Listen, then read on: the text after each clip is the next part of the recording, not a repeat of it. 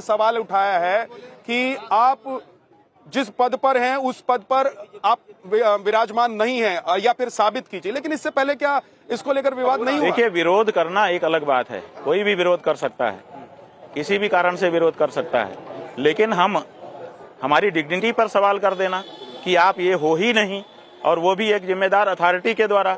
कोई व्यक्ति कहीं पर भी किसी कारण से कुछ कहता रहता है, बहुत कुछ लोग बहुत कुछ कहते रहते हैं, लेकिन एक अथॉरिटी माघ मेला प्राधिकरण कॉन्स्टिट्यूटेड अथॉरिटी है, उसकी तरफ से जब प्रश्न उठाया जाता है और वो भी किसी की डिग्निटी पर प्रश्न उठाया जाता है, तो कोई छोटा मामला नहीं होता है। प्रश्न तो सुप्रीम कोर्ट में भी उठा। प्रश्न कोई सुप्रीम कोर्ट बताइए, आप इसी समय बताइए कौन सा प्रश्न उठाया सुप्रीम कोर्ट ने? क्या कहा सुप्रीम कोर्ट ने? कहाँ प्रश्न उठाया है? हमारे शंकराचार्य होने पर कहाँ सुप्रीम कोर्ट ने प्रश्न उठाया, वही बताइए। हमारा ये कहना है कि सुप्रीम कोर्ट ने हमारे शंकराचार्य होने पर कोई प्रश्न नहीं उठाया है। अगर उठाया है तो आप या प्राधिकरण या आदित्यनाथ दिखाइए हमको। आपने कहा कि एक मैसेजिंग हो गई है पूरे देश में कि आपके ऊपर सवाल उठाया जाए, आप जिस पद पर बैठे हैं उस पर सवाल उठ जाए।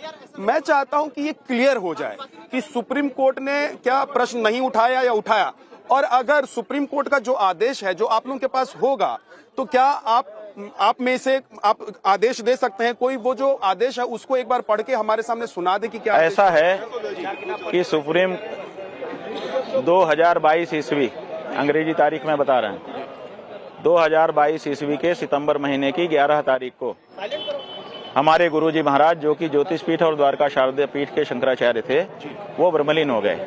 उन्होंने शरीर छोड़ दिया, व्यापक हो गए। ये नियम है कि जब एक आचार्य का अंत हो जाता है तो उसकी जगह पर दूसरा आचार्य स्थापित किया जाता है। एक आचार्य के अंत में ऐसा महाठामनाय महानुशासन है, तो उनके शरीर के अंत हो जाने पर हमको उनकी जगह पर उनकी इच्छा के अनुरूप पदस्थापित किया गया। हमारे यहाँ दो चीज चलती है, एक होता है कि जो गुरु है वो उसके चले जाने पर उसका शिष्य स्थान ग्रहण करता है, और दूसरा ये है कि अगर उन्होंने किसी विशेष के बारे में इच्छा की हो तो उसका विचार किया जाता है। तो यहाँ पर हमको ही उन्होंने ज्योतिष पीठ के लिए शिष्य बनाया था और द्वारका पीठ के लिए स्वामी सदानंद जी महाराज को उन्होंने शिष्य बनाया था। दो ही शिष्य उन्होंने बनाए थे, ये बताते हुए कि 2 पीठ हैं, हमारे बाद यही दोनों इसके अधिकारी होंगे। तो ज्योतिष पीठ पर हमारा और द्वारका शारदा पीठ पर उनका अभिषेक कर दिया गया। उनके इच्छा पत्र के आधार पर, जिनको जो उनके निजी सचिव थे ब्रह्मचारी सुबुद्धानंद जी, उनको उन्होंने आदेश दे रखा था कि ये तुम कर देना, तो उन्होंने कर दिया। उसके बाद हम लोग उसके अनुसार कार्य करने लगे। फिर श्रृंगेरी के शंकराचार्य जी, जो हमारे यहाँ ये मान्यता होता है कि ब्रदर मठ होता है। ब्रदर मठ का मतलब होता है कि समान धर्मा मठ, जो हमारी ही कैपेसिटी वाले लोग हैं। तो हमारे कैपेसिटी के 3 लोग हैं, पुरी के शंकराचार्य जी हैं, द्वारका के शंकराचार्य जी हैं और श्रृंगेरी के शंकराचार्य जी हैं। तो जब ज्योतिष पीठ का तो प्रश्न ही था हमारे पे, और 3 शंकराचार्य वो थे, तो श्रृंगेरी के शंकराचार्य जी ने कहा कि नवरात्रि है, मैं तो नहीं आ पा रहा हूँ, आप लोग आइए, हम आपका अभिषेक करके आपका जो अभिषेक हुआ है उसकी पुष्टि करेंगे। तो उसी महीने की 26 तारीख को हम लोग श्रृंगेरी गए और वहां पर उन्होंने विधि विधान से हम लोगों का पट्टाभिषेक किया। उसके बाद उसके बाद फिर उन्होंने अपने शिष्य को कहा, जो उन्हीं का रूप है, चल मूर्ति हैं, इस समय वो स्वयं नहीं जाते हैं, उनको भेजते हैं। उन्होंने कहा कि ये द्वारका जा करके, क्योंकि द्वारका के शंकराचार्य जी के मामले में, हमारे ज्योतिष पीठ के मामले में ऐसी कोई परंपरा नहीं है कि अमुक जगह पर अभिषेक हो तभी माना जाएगा, हमारा कहीं भी होता है। लेकिन द्वारका शारदा पीठ के अंदर एक परंपरा चली आ रही है कि द्वारकाधीश जी का जो मंदिर है उसके बाईं तरफ एक चबूतरा है, उस चबूतरे पर जब वहाँ के महाजनों के द्वारा अभिषेक होता है तभी वो अभिषेक माना जाता है। तो वहाँ पर ये चूंकि एक परंपरा थी, तो उसको निभाने के लिए द्वारका जाकर के अभिषेक करने की जरूरत थी। तो उन्होंने विधुशेखर भारती जी महाराज को वहाँ भेजा, वहाँ पर उनका अभिषेक हुआ। फिर वहाँ पर भी हमारा फिर से पुनः अभिषेक हुआ, पुष्टि हुई द्वारका के शंकराचार्य जी के द्वारा। तो अब जो पुरी के शंकराचार्य जी हैं, पुरी के शंकराचार्य जी के कुछ शिष्य, ऐसा बताया जा रहा था कि फेसबुक पर विरोध कर रहे हैं किसी कारण से।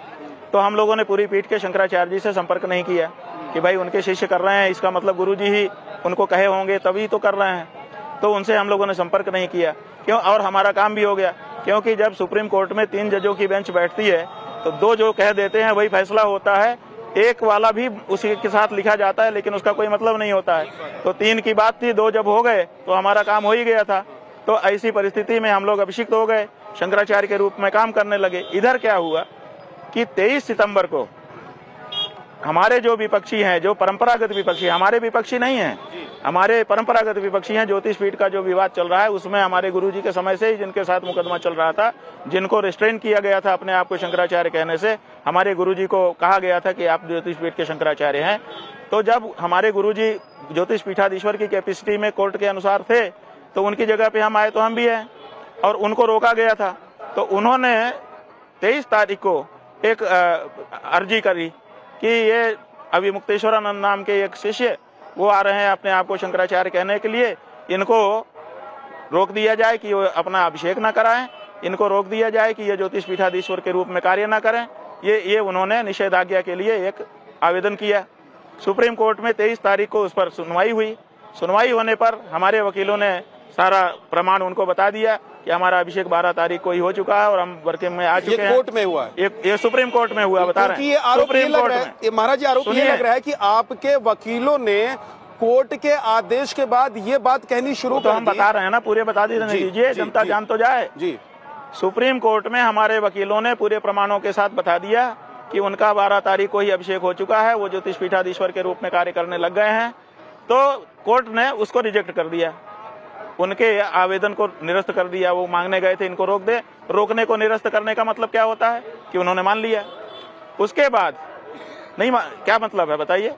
मतलब उसके बाद सुनिए, ठीक है, रोका नहीं ना उन्होंने, हमको कार्य करने से रोका नहीं ना। ये भी नहीं कहा कि आप नहीं, उन्होंने ये भी नहीं कहा कि आप शंकराचार्य नहीं। उन्होंने ये कहा कि इस पर हम जब मूल मुकदमा सुनेंगे तब फैसला देंगे, अभी हम नहीं रोक रहे हैं उनको काम करने से। तो उन्होंने नहीं रोका। उसके बाद क्या हुआ कि उनका आवेदन निरस्त हो गया। फिर इन्होंने एक दूसरा आवेदन अगले महीने 12 अक्टूबर को दिया सुप्रीम कोर्ट में। जब हम लोग 12-13 को द्वारका में अभिषेक हो रहा था, द्वारका के शंकराचार्य जी का समारोह में थे, उस समय इन्होंने दिया और कहा कि साहब ये 17 तारीख को अपना पट्टाभिषेक कराने जा रहे हैं, इनको रोक दीजिए। और इनको ही नहीं, इनके अलावा बाकी कोई संस्था, बाकी कोई व्यक्ति भी ना कराए, उसको भी रोक दीजिए। तो कोर्ट ने देखा कि और भी लोग तैयार हैं, तो उन्होंने कहा कि हम रोक देते हैं। तो उन्होंने रोक दिया, जैसा इन्होंने मांगा था उसी फ्रेम में उन्होंने आदेश कर दिया कि ठीक है, ग्रांट कर रहे हैं। अब बताइए कि जब हमारा अभिषेक 1 महीना 2 दिन पहले ही हो गया और हम काम करने लग गए, तो उसके बाद रोक कैसे लग सकती है? मुकदमा 3 साल से लंबित है, क्यों नहीं उसका फैसला कराया जा रहा है? क्यों उस पर बहस नहीं कराई जा रही है? ये एक पॉइंट है महाराज जी आपका कि अगर दूसरे पक्ष को लग रहा है कि आप शंकराचार्य नहीं हैं, तो उनको जाकर कोर्ट में ज्यादा तेजी दिखानी चाहिए कि जिस पद को सुशोभित करने वाला एक शंकराचार्य होना चाहिए, अगर आप वो नहीं मानते हैं कि आप हैं, तो उनको जाकर तेजी दिखाकर इस मुकदमे में, यही हम कह रहे हैं। ये पॉइंट है आपका, इसलिए हमें कोई जल्दी नहीं है। ठीक है, अगर उनको दिक्कत थी वो जाते। अच्छा, उन्होंने जो उनका वकील है ना, भारत सरकार का सॉलिसिटर जनरल, वो उनका वकील है, इसका मतलब भारत सरकार लड़ रही है उनकी तरफ से। तो वो तो मेरे पास एक पत्र है, मैं आपको ये पत्र दिखाऊंगा, मुझे लगता है इस पत्र को आप पहचानते होंगे। तो करा ही लेती। हाँ, लेकिन उससे पहले अनुपम जी, आप एक सवाल पूछना चाह रहे हैं? जी, आप पूछिए। स्वामी जी, ये तो आपने बता ही दिया कि सुप्रीम कोर्ट का आदेश आने के पहले आपका पट्टाभिषेक हो गया था, परंतु सुप्रीम कोर्ट ने पट्टाभिषेक पे रोक लगाई आखिरी आदेश में। लेकिन आप कहते हैं मेरा पहले ही हो गया था, इसलिए वो आदेश निष्प्रभावी है। पहले हो नहीं गया था, पहले हो गया था और उसके प्रमाण एफिडेविट के साथ कोर्ट में जमा कर दिए गए थे। जी, कोर्ट के संज्ञान में है। मेरा प्रश्न ये है स्वामी जी कि हमारे यहाँ प्रयाग में कुंभ मेले में चारों शंकराचार्य हमेशा से आते रहे, आज तक किसी के साथ कोई दुर्व्यवहार नहीं हुआ। आपको 2015 में अखिलेश यादव की सरकार में भी आपने देखा था लाठीचार्ज हुआ था, आप अस्पताल में भर्ती हुए थे। अब ये संडे को ये मौनी अमावस्या पे भी ऐसा हो गया। आप मतलब 100 करोड़ सनातनी जानना चाहते हैं कि उनके शंकराचार्य बार बार विवाद के केंद्र में क्यों रहते हैं। आपने पहले कहा कि सभी शंकराचार्य यहाँ आते हैं। पिछले वर्ष यहाँ पर महाकुंभ आयोजित हुआ था, बहुत बड़ा आयोजन था। यहाँ पर जो बाकी के शंकराचार्य हैं, उनके साथ ज्योतिष पीठाधीश्वर शंकराचार्य के रूप में किसने स्नान किया था बताइए? हम ही ने तो किया था। पूरे विश्व में स्नान करते हुए का चित्र और वीडियो जारी हुआ था। तो ज्योतिष पीठ के शंकराचार्य के रूप में श्रृंगेरी के शंकराचार्य जी और द्वारका के शंकराचार्य जी के साथ किसने स्नान किया था? हमने किया था। व्यवहार आपने देख लिया कि ये तीनों शंकराचार्यों का एक साथ हमारे साथ ही ज्योतिष पीठाधीश्वर के रूप में व्यवहार हो रहा है। आपने कहा कि 2015 में हम शंकराचार्य के पद पर नहीं थे, हम शंकराचार्य जी के प्रतिनिधि थे। अपने गुरुजी, हमारे गुरुजी शंकराचार्य थे, हम उनके रिप्रेजेंटेटिव कैपेसिटी में थे। हम धर्म का कार्य हर समय करते रहते हैं, धर्म के लिए लड़ाई लड़ते रहते हैं। तो जब काशी में भगवान गणेश जी की मूर्ति को 3 दिन तक सड़क के बीच में रोक करके रखा गया, ना उनकी पूजा हो पा रही थी, ना उनका कोई सम्मान हो पा रहा था, उनका असम्मान हो रहा था, तो हम वहां पर सड़क पर गए और हमने कहा कि भाई ये ठीक नहीं है, मूर्ति को आप ले चलिए किसी सुरक्षित जगह पे, वहां रखिए, पूजा आरती होती रहे, आप लोग विवाद करते रहिए। इसी बात पर वहां का जो डीएम था उसने हनक दिखाई और लाठीचार्ज करवा दिया। रात को 1 बजे लाठियां मारी गई, हमारे बटकों के ऊपर भी लाठी मारी गई। जो हमारे साथ जो बच्चे रहते हैं वो पढ़ने के लिए रहते हैं, हम उनको रोज पढ़ाते हैं, और उसके बाद हमारे ऊपर भी लाठियां मारी गई। आपने ठीक कहा कि हम अस्पताल में भर्ती हुए क्योंकि चोट थी। तो बाद में उसके लिए क्षमा याचना की उन्होंने कि हमसे गलती हो गई, क्योंकि उन्होंने गलती की थी। तो हम चोरी करते हुए नहीं मारे गए थे, हम डकैती करते हुए नहीं मारे गए थे, हम धर्म का कार्य करते हुए मारे गए थे। हमारा हाँ, हमने बता दिया आपका जवाब कि हम हमारे साथ इसलिए होता है क्योंकि हम धर्म कार्य करते हैं। शंकराचार्य धर्म का कार्य, उनकी शैली अलग है, हमारी शैली अलग है। तो आपकी ऐसी शैली है, हमारी शैली है, हमारी शैली के कारण टकराहट हो जाती है। महाराज जी, आपकी शैली ऐसी क्यों है कि हमारी शैली है, हम सामना करते हैं। आपकी शैली ये है कि माघ मेला में जहाँ पर कोई भी रथ में या जिस पालकी पर आप सवार हैं, इस पालकी को लेकर स्नान करने के लिए घाट तक पहुंचना, भाई हम हर माघ मेला में जाते हैं, पालकी में जाते हैं। इसके पहले भी माघ मेले यहाँ पर हुए हैं, उन माघ मेले में भी हम पालकी से ही मौनी अमावस्या के दिन जाकर के स्नान करते हैं। स्वरूपानंद सरस्वती तो बोट से चले जाते थे। ठीक है, उनका अपना शरीर की परिस्थिति थी, वो कैसे जाते थे वो उनके शरीर की परिस्थिति है। करोड़ों लोग आते थे, उनको भी परेशानी नहीं होती थी, वो भी। बात ये है कि हम कहाँ कह रहे हैं कि किसी को परेशानी, हमारे से कौन सी परेशानी थी, हमारे से कौन सी परेशानी थी, किसको? किसी जनता ने अभी तक नोट कराया आपको? एक चीज और जानना, किसी जनता ने आपको नोट कराया कि हमें शंकराचार्य जी से परेशानी थी? यहाँ ये काल्पनिक प्रश्न है, ये काल्पनिक प्रश्न है, नहीं ये सवाल चल, ये काल्पनिक प्रश्न है, इसका आधार नहीं है। महाराज जी, मेरा सवाल ये है कि जहां पर ये पूरा विवाद हुआ था, पुलिस प्रशासन का, यहाँ के प्रशासन का कहना यह है कि उनके पास सबूत हैं, है ना?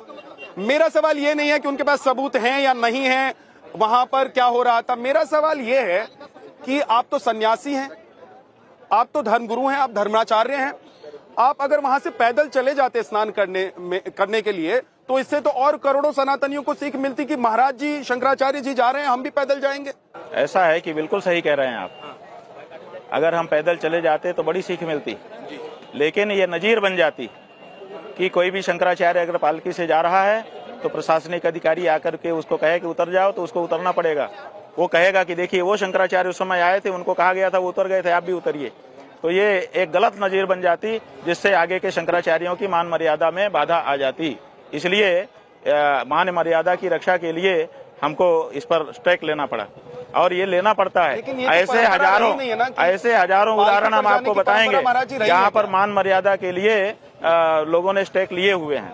लेकिन महाराज जी, पालकी पर माघ मेले में जाने की एक बार अगर आपने अपनी मर्यादा से समझौता किया तो बार नहीं, हम कोई गलत परंपरा स्थापित नहीं कर रहे हैं। देखिए, गलत परंपरा हम नहीं स्थापित कर रहे हैं, आप गलत आरोप लगा रहे हैं हमारे ऊपर। आप क्या आधार क्या है ऐसा कहने के पीछे? आपका कौन सी गलत परंपरा आप स्थापित कर रहे हैं? प्रशासन कह रहे कि गलत परंपरा स्थापित कर रहे हैं। प्रशासन कह रहे कि प्रशासन नहीं, तुम बोल रहे हो कि आप गलत परंपरा स्थापित कर रहे हैं। मैं सवाल पूछ रहा हूँ महाराज जी, आप नाराज क्यों? आप नाराज क्यों? आप जवाब दीजिए हमको। मैं जवाब दे रहा हूँ, मैं दे रहा हूँ। प्रशासन का कहना है कि प्रशासन का कहना नहीं, आपने कहा कि आप गलत परंपरा, प्रशासन अपना जवाब। क्या यहाँ पर प्रशासन का कानून नहीं चलेगा? ये यहाँ पर प्रशासन की बात क्यों ला रहे हो? मैं इसलिए ला रहा हूँ, प्रशासन कह रहा है, परंपरा बता दीजिए महाराज जी, परंपरा आप बता दीजिए, परंपरा क्या है? को जानकारी नहीं है कि हम पालकी से पहले भी स्नान करने जाते रहे हैं। नहीं, अमावस्या को आप ही जाते रहे कि सब जाते रहे? हम अपनी बताएंगे कि दुनिया की बताएंगे? नहीं, आपको तो सबके बारे में पता है। प्रशासन को जानकारी होनी चाहिए ना। प्रशासन के पास लाखों रुपए का सीसीटीवी लगा रहता है। प्रशासन के अधिकारी एक एक चीज नोट करते रहते हैं। सब चीज लिखित पढ़ित में रहती है। हम पहले भी पालकी से ही स्नान करने जाते रहे हैं। प्रशासन का अधिकारी हमको लेकर के जाता रहा है, और इस बार भी प्रशासन का अधिकारी ही हमको लेकर के गया है। ठीक है सर, आप एक सवाल करना चाहते हैं, बोलिए। आपने एक तुलना किया मुख्यमंत्री की एक मुगल शासक से। हाँ बिल्कुल किया। उस मुगल शासक ने तो केवल मंदिरों को तोड़ा, बनाया नहीं। इन्होंने भी तोड़ा, बनाया नहीं। इन्होंने भी तोड़ा, बनाया नहीं। 150 मंदिर तोड़ दिए और एक नहीं बनाया। चलिए बताइए, पूरी सूची, पूरे फोटोग्राफ, पूरा अक्षांश देशांश सब है हमारे पास। 150 मंदिर तोड़े और एक नहीं बनाया। चलिए, एक मूर्ति रेस्टोर नहीं की गई काशी में, केवल काशी में। और बाहर तो नहीं, बाहर नहीं, बाहर भी बहुत हुआ। हमको तो काशी का डाटा पता है क्योंकि हम वहाँ रह रहे थे, हमारी तो सामने। मैं केवल यही कहना चाहता था कि काशी में 150 मंदिर तोड़े, एक भी का पुनर्निर्माण नहीं हुआ। बिल्कुल सही है। तो जो आपने कहा कि उसमें अंतर है, वो अंतर तो खत्म हो गया। अन्य स्थानों पर तो बनाया ना, मेरा कहने का मतलब है। आप अन्य स्थानों की बात लेकर के आप आ गए, आप बचाव करिए। हम काशी की एक जगह की जहाँ की बात चल रही है, जहाँ के कारण हम कह रहे हैं उनको, उसी के कारण तो हम कह रहे हैं। का महाराज जी जो आंखों से हमने अपनी आंखों से जो देखा है उसके बारे में हम बोल सकते हैं, बाकी के बारे में हम नहीं बोल रहे हैं। लेकिन महाराज जी, काशी का अगर सरकार चाह रही है कि सौंदर्यीकरण हो, अरे तो भाई सौंदर्यीकरण हो, मंदिरों, हम कहते हैं खूब सुंदर तुम हो जाओ, लेकिन इनको मार करके तुम प्लास्टिक सर्जरी करोगे। तुम सुंदर होना चाहते हो, इनको मार दोगे, तुम्हारे सराउंडिंग में जो होंगे सबको मार फेंक ऐसे दोगे। तो आपसे भी अगर सवाल पूछ लिया जाए कि आप पालकी लेकर जाना चाहते हैं, बाकियों का रास्ता रोक देंगे? बाल्की का रास्ता हमको, किसका रास्ता रोक रहे हैं? बाकी लोग जा रहे थे, यहाँ से संगम तक 3 किलोमीटर हम गए थे, किसने शिकायत की कि हमने रास्ता रोका? बताओ। ठीक, ओके, किसका रास्ता रोका? ठीक है। आपने मंदिरों को नेस्तनाबूद कर दिया। आप हमारा उदाहरण उनके साथ दे रहे हो। हम तो जनता के साथ एकाकार होकर के जा रहे थे, एक जनता को क्षति नहीं पहुंच रहे थे, बल्कि खुश हो रहे थे कि शंकराचार्य जी हमारे बीच में हैं। ठीक। और वहाँ पर मंदिरों को नेस्तनाबूद कर दिया गया, सदा के लिए समाप्त कर दिया गया। उसको आप इससे जोड़ रहे हो? ठीक है, आक्रोश में आ रहे हो। अगला सवाल। सवाल महाराज जी सिर्फ आपसे यही है कि जो कुछ ये सब हो रहा है, जो कुछ जितना सब आगे होगा, उसमें कुल सनातन धर्म की जो हानि हो रही है महाराज जी, उसकी भरपाई कैसे होगी? धर्म की कोई हानि नहीं हो रही है। सनातन धर्म में मर्यादा ही सबसे बड़ी चीज है। अगर मर्यादा ही टूट गई तो सब कुछ टूट जाएगा। जो बांध है वो बांध टूट गया तो कोई पानी नहीं रुकेगा। इसलिए बांध को सुरक्षित रखना बहुत जरूरी होता है। और सनातन धर्म में मर्यादा ही बांध है और बाकी सारा धर्म पानी है। महाराज जी, ये बांध नहीं टूटना चाहिए, मर्यादा नहीं टूटनी चाहिए। महाराज जी, मेरे पास एक पत्र है, ये 2020 का पत्र है और मैं चाहता हूं कि इस पत्र को, आप, मुझे लगता है कि इस पत्र को जानते होंगे, आपने शायद इस पत्र को देखा होगा। पहले मैं चाहता हूं कि आप वेरीफाई करें कि क्या ये जो प्रेस नोट है ये स्वामी स्वरूपानंद सरस्वती जी के यहाँ का ही प्रेस नोट है? हाँ जी, बिल्कुल वहीं का। इस प्रेस नोट में एक बात बहुत क्लियरली नीचे लिखी हुई है, एक लाइन में, मैं आखिरी लाइन पढ़ रहा हूं। इसमें साफ तौर पर कहा गया है कि हमारे द्वारा अभी तक ज्योतिष पीठ एवं द्वारका शारदा पीठ दोनों पीठों पर किसी को अधिकृत रूप से उत्तराधिकारी एवं शंकराचार्य घोषित नहीं किया गया है। नीचे दस्तखत है स्वामी स्वरूपानंद सरस्वती, हमारे गुरुजी का है जी। इसमें क्या आप प्रश्न पूछना चाहते हैं वो बताइए। हमने पत्र भी स्वीकार किया, लाइनें भी स्वीकार किया। वो लिख रहे हैं कि ना आप उनके उत्तराधिकारी हैं, ना उन्होंने शंकराचार्य। उन्होंने ये नहीं कहा है, उन्होंने जो कहा है उसको समझिए। उन्होंने कहा है हमने घोषित नहीं किया है। हाँ। इसका मतलब हमने मनोनीत भी नहीं किया है, हमने तैयार भी नहीं किया है, ये नहीं है। उन्होंने लिखा है, साफ लिखा है, पढ़ लीजिए, घोषित। हमने घोषित नहीं किया है, तो बिल्कुल सही है, घोषित नहीं किया। एक सेकंड, उन्होंने कहा कि हमने घोषित नहीं किया है। 2017 में महाराज जी का जो उत्तराधिकार का घोषित नहीं थी, नाम घोषित नहीं थे। वसीयत जो है वो छुपी हुई है। वसीयत 17 में हुई है, 1 फरवरी 17 को हुई है, लेकिन वो उद्घोषित नहीं है। वही तो कह रहे हैं महाराज जी कि अभी तक हमने घोषित नहीं किया है। लेकिन इसका मतलब ये थोड़े है कि हमने मनोनीत भी नहीं किया है, हमने कोई व्यवस्था भी नहीं बनाई है। ये कहाँ लिख रहे हैं? वो कह रहे हैं घोषित नहीं किया है। बिल्कुल सही है, घोषित नहीं है। लेकिन घोषित तो 12 सितंबर को हुआ, उसके पहले कहाँ घोषित था? तो उसके पहले जो भी कहेगा, चाहे गुरु जी कहें चाहे चेला जी कहें, यही कहेंगे कि घोषित नहीं है। बिल्कुल सही है, 11 सितंबर को तो शांत हो गए। 11 सितंबर को भाई उसके पहले का ये है। वो कह रहे हैं कि घोषित नहीं किया है। बिल्कुल सही है, घोषित नहीं किया था। ये तो ठीक वैसी क्या गलत कह रहे हैं? सुप्रीम कोर्ट ने कहा कि आप शंकराचार्य हैं, या नहीं है, हम इस पर अभी कुछ नहीं बोल रहे हैं, विचाराधीन आप कुछ नहीं बोल रहे हैं, इसका मतलब खंडन तो नहीं है ना। लेकिन इसका मतलब ये भी तो नहीं है कि आपके गुरुजी ने कहा कि नहीं ये हमारे उत्तराधिकारी होंगे या हमारे नहीं जाने के बाद नहीं, इनको हमारे नाम लेकर के पूछा गया है गुरुजी से। ये आपके ही संदर्भ में पता है। नहीं, आप बोलेंगे तो मैं बड़े स्क्रीन पर इसको दिखा नहीं, दूंगा। सवाल ये है, आप खूब बड़े स्क्रीन पर दिखाइए, छपवा के लगवा दीजिए, लेकिन उसमें लिखा है कि हमने अभी तक घोषणा नहीं की है, हम उसको स्वीकार कर रहे हैं क्योंकि घोषणा नहीं की थी उन्होंने। मेरा एक सवाल और है कि क्या कोई व्यक्ति जो कभी राजनीतिक जीवन से जुड़ा रहा हो वो सनातनियों के इस शीर्ष पद पर विराजमान हो सकता है क्या? ऐसा है कि राजनीति के पद पर जो रहते हैं वो संन्यास नहीं ले सकते, ऐसी तो बात नहीं है। कोई हमारे यहाँ भृतकाध्यापन के लिए निषेध है कि पैसा लेकर के अगर किसी ने पढ़ाया है तो वो सन्यासी नहीं हो सकता। हमने तो भृतकाध्यापन तो किया नहीं है, हमने कोई राजनीति भी नहीं की है। छात्र जिस समय हम थे उस समय छात्र संघ की राजनीति होती है, छात्रों की आवाज उठाने के लिए, उसमें हम जरूर निर्वाचित हुए थे छात्रों के कहने पर। तो उसके बाद मैं ये मान लेता हूँ कि ऐसा आप कोई जो कह रहे हैं ऐसा कोई शास्त्रीय निषेध है मैं नहीं। ये मान ले रहा हूँ कि आप जो कह रहे हैं यही ब्रह्म वाक्य है। ब्रह्म वाक्य से बड़ा वाक्य है, हम कभी झूठ नहीं बोलते। नहीं, मैं झूठ की बात तो कर ही नहीं रहा हूँ, मैं ये कह रहा हूँ कि प्रक्रिया यही है, क्योंकि इसके बाद जब ये सब चलेगा उसके बाद आप पर और सवाल हो सकता है। बिल्कुल। महाराज जी, आपने एक आरोप बहुत गंभीर लगाया। आपने कहा कि योगी आदित्यनाथ की जो पुलिस वहां पर मौजूद थी वो जानबूझकर भगदड़ कराना चाहती थी, आपको मारने की साजिश रची गई थी। योगी आदित्यनाथ को आपसे क्या दिक्कत है? आपको मारने की साजिश आखिर क्यों रची जाएगी? इसका क्या जवाब है? देखिए, हमने ये क्यों कहा, इसलिए कहा कि हमने वहां पर कुछ अनुभव किया। अनुभव क्या किया कि पहले हमको बहुत देर तक रोका गया, रोक करके माइक में बार बार अनाउंस करके भूमिका बनाई गई कि माहौल बिगाड़ रहे हैं। उसके बाद फिर हमारे लोगों को पकड़ करके हमसे दूर कर दिया गया, इतनी दूर कि हम उनको देख भी नहीं सकते थे, वो भी हमको नहीं देख सकते थे। उसके बाद सादे ड्रेस में पुलिस ने हमारा अपहरण किया, तन्हा अकेले हम, और हमको ले जा करके अज्ञात स्थान पर रख दिया। वहां पर रखे रहे, आधा घंटा वहां पर हम खड़े रहे। उसके बाद फिर दूसरी जगह पर वो लोग आए, ले गए, फिर वहां पर 15-20 मिनट रखे रहे, फिर तीसरी जगह ले गए, फिर वहां पर 15-20 मिनट रखे रहे, तब चौथी जगह पर यहाँ ले आए। तो हम ये विचार कर रहे हैं कि आखिर ये ऐसा क्यों कर रहे थे, आखिर वो हमको अकेला क्यों कर रहे थे और बार बार इंसिस्ट क्यों कर रहे थे कि नीचे उतरो नीचे उतरो। तो नीचे उतरो का मतलब है कि हम जैसे ही नीचे उतरते 150-200 जवान थे वो सादे ड्रेस में, वो कृत्रिम भगदड़ उत्पन्न करते और हमको मार देते। रामभद्राचार्य जी हैं, वो कह रहे हैं